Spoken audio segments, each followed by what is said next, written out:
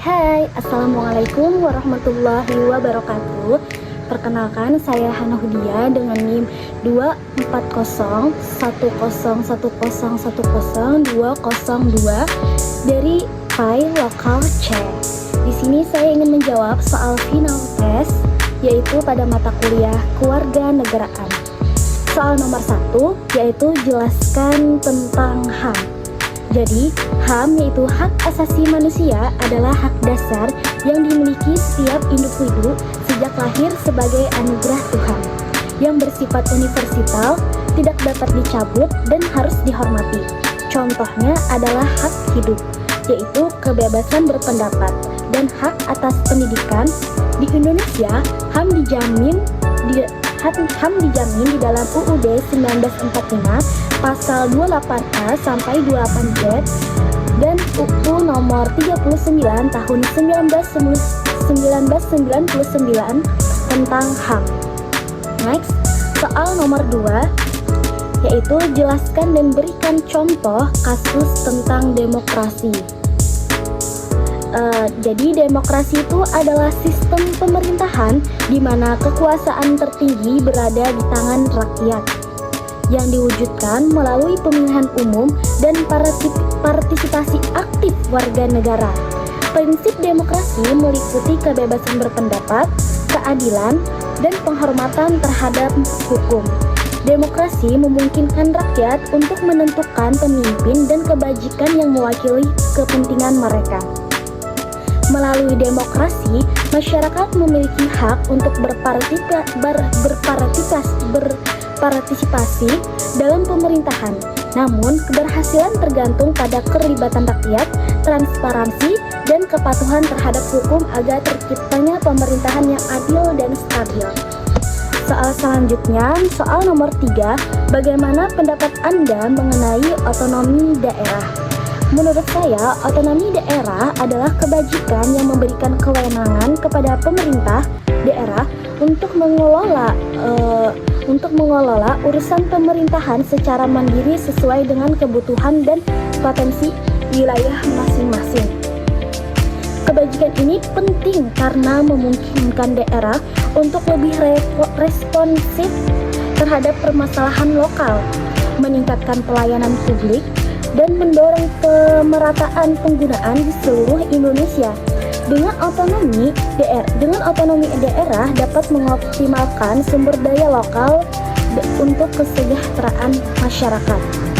Namun pelaksanaannya menghadapi tantangan seperti korupsi, ketimpangan kemampuan antar daerah, dan koordinasi yang kurang baik dengan pemerintah pusat.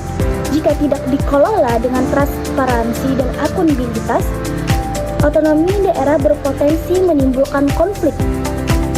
Oleh karena itu, pengawasan yang ketat dan peningkatan kapasitas pemerintahan daerah sangat diperlukan agar tujuan otonomi daerah tercapai secara efektif. Next, soal nomor 4, analisislah tentang masyarakat madani. Jadi, masyarakat madani adalah tatanan sosial yang demokratis, adil, dan menjunjung tinggi hak asasi manusia. Dengan partisipasi aktif warga dalam kehidupan publik, ciri utamanya meliputi toleransi, supremasi hukum, dan kemandirian organisasi masyarakat dalam menyelesaikan masalah. Di Indonesia, masyarakat madani tercermin dalam organisasi seperti NU dan Muhammadiyah yang berperan dalam pendidikan dan harmonis sosial. Namun tantangan seperti polarisasi politik dan kesenjangan sosial masih menghambat pencapaian masyarakat madani yang ideal. Sinergi antara masyarakat, pemerintahan, dan organisasi sosial sangat penting untuk mewujudkannya.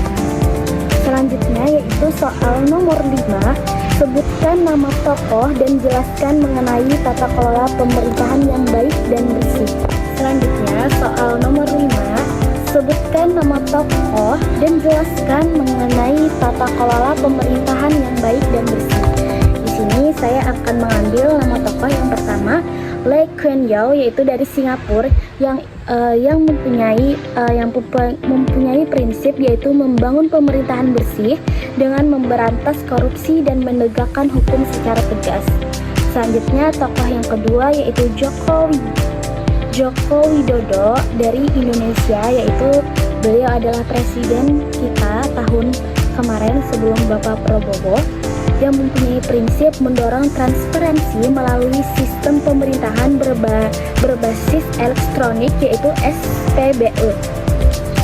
Selanjutnya nomor 3 saya mengambil dari Angela Merkel, yang beliau berasal dari Jerman, yang mempunyai prinsip dikenal atas kepemimpinan yang transparan dan kebajikan berbasis data. Tata kelola pemerintahan yang baik dan bersih mengacu pada prinsip transparansi, akuntabilitas, partisipasi, efektivasi, efisiensi, dan penegakan hukum.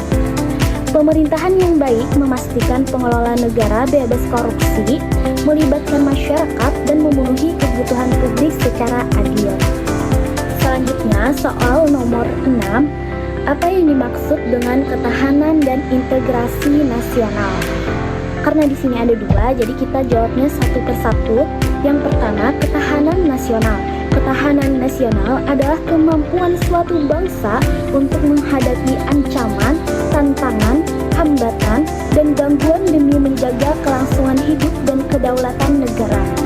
Yang kedua yaitu integrasi nasional adalah proses penyatuan berbasis perbedaan dalam masyarakat untuk menciptakan kesatuan dan persatuan dalam bingkai negara yang utuh.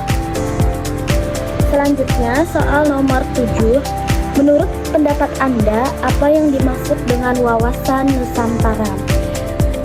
Jadi wawasan Nusantara itu adalah cara pandang bangsa Indonesia mengenai diri dan lingkungannya berdasarkan Pancasila dan UUD 1945 yang melihat seluruh wilayah Indonesia sebagai satu kesatuan politik, ekonomi, sosial, budaya, serta pertahanan dan keamanan. Konsep ini bertujuan untuk menjaga persatuan bangsa, mengelola keberagaman, dan mendukung tercapainya tujuan nasional, yaitu kesejahteraan dan keadilan bagi seluruh rakyat Indonesia. Baik, karena telah selesai tugas final tes saya, sekian dari saya. Wassalamualaikum warahmatullahi wabarakatuh.